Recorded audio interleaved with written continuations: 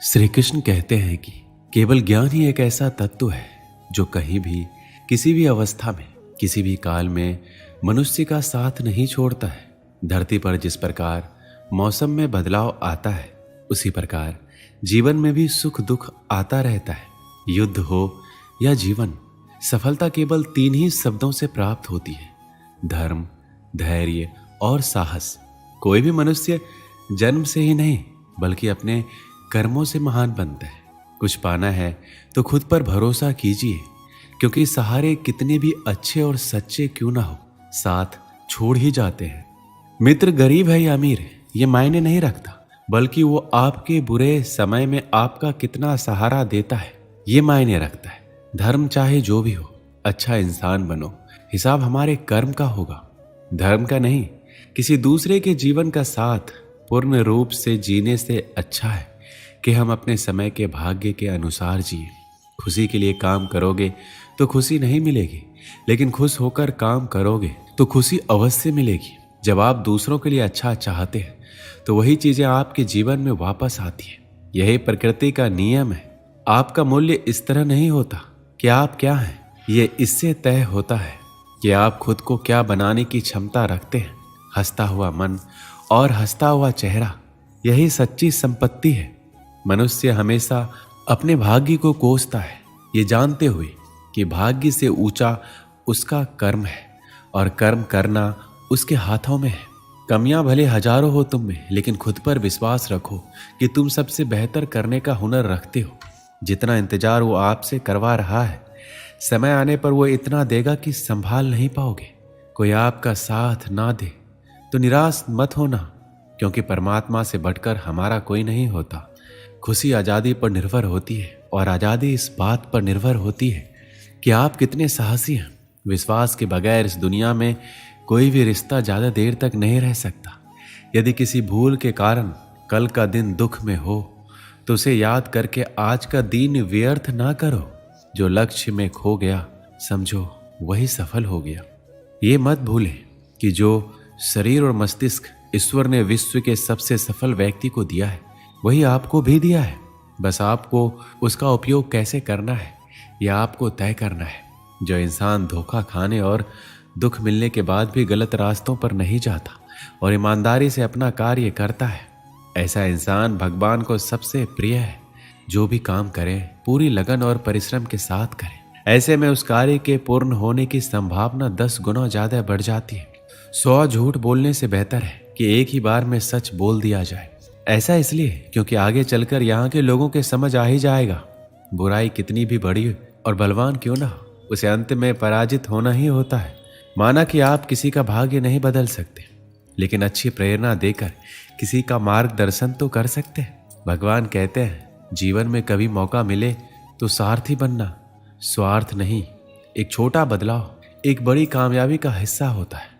प्रतिदिन अपने अंदर छोटे छोटे बदलाव लाएं, यही बदलाव आपके भविष्य का निर्माण करेंगे। अंधेरे में जब हम दिया हाथ में लेकर चलते हैं तो हमें ये भ्रम रहता है कि हम दिए को लेकर चल रहे हैं, जबकि सच्चाई एकदम उल्टी है। दिया हमें लेकर चल रहा होता है। जीवन में अहंकार की बीमारी शराब जैसी होती है।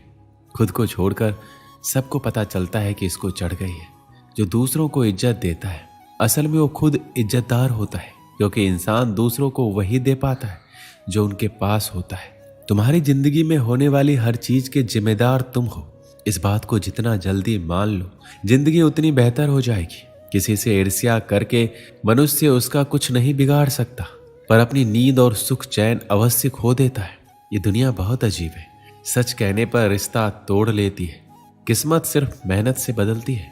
बैठकर सोचते रहने से नहीं। अनमोल होते हैं वो लोग जो गुस्से में भी बात करने का तमीज नहीं भूलते। जीवन में त्याग के बिना कुछ भी पाना आसान नहीं है। एक सांस लेने के लिए पहली सांस छोड़नी पड़ती है। अपनों पर उतना ही विश्वास रखो जितनी दवाइयों पर रखते हो। बेशक थोड़े कर्मे होंगे, पर आपके लिए फायदे के होंगे। बुरे कर्म करने नहीं पड़ते, ये हो जाते हैं। अच्छे कर्म होते नहीं, करने पड़ते हैं। कोई आपकी सहायता नहीं करे और आपकी निंदा करे तो लाभ आपका ही है। प्रशंसा प्रेरणा देती है और निंदा सुधारने का अवसर। जब बुरे दिन आते हैं तो बुद्धि भी घास चरने चली जाती है। इंसान चाह कर भी सही निर्णय नहीं ले पाता। इसलिए तो कहा जाता है इंसान बुरा नहीं होता, सिर्फ उसका समय बुरा होता है। सरल व्यक्ति के साथ किया गया छल आपकी बर्बादी के सारे द्वार खोल देता है। चाहे आप कितने भी बड़े शतरंज के खिलाड़ी क्यों ना हो, समय कभी भी रुकता नहीं। आज यदि बुरा चल रहा है तो कल अवश्य ही अच्छा आएगा। आप केवल निस्वार्थ भाव से काम कीजिए और वही आपके हाथ में है। परेशानी आए तो ईमानदार रहे, धन आए तो सरल रहे, अधिकार मिलने पर विनम्र रहे और क्रोध आने पर शांत रहे। यही जीवन का प्रबंध कहलाता है। आपका व्यवहार या आपकी पहचान है, वरना एक नाम के तो हजारों इंसान हैं। अच्छा कर्म करने के बावजूद भी लोग केवल आपकी बुराइयों को ही याद रखेंगे। इसलिए लोग क्या कहते हैं इस पर ध्यान मत दो, अपने कार्य करते रहो। संसार जरूरत के नियम पर चलता है।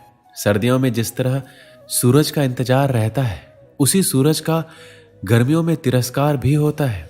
जब आप धन कमाते हैं तो घर में चीजें आती हैं, लेकिन धन के साथ किसी की दुआ कमाते हैं तो घर में चीजें, खुशियां और सेहत आती है।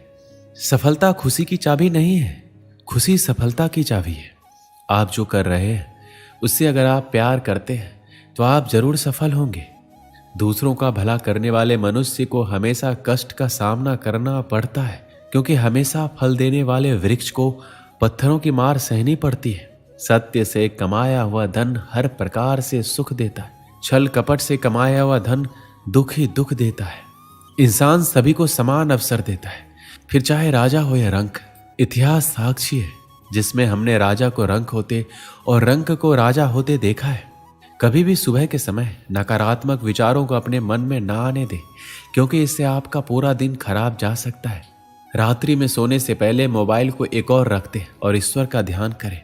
इससे आपको नींद भी अच्छी आएगी और सुबह भी शानदार होगी।